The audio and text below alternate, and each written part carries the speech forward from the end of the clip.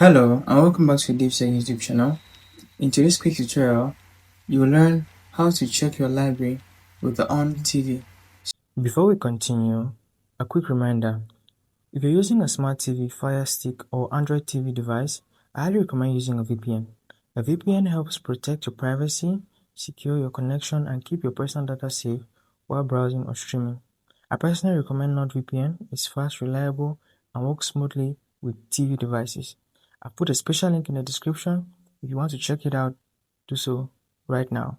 Let's get back into the video. So if you have your Onn TV setup, join me on the home screen and follow step by step. So this is how we do it. You go to the top left, navigate there, you find this option under the profile.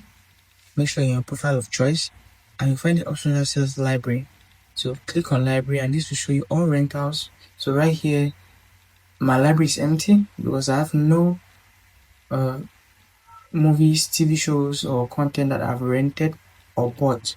So, but immediately you rent or buy something, you find it under your library.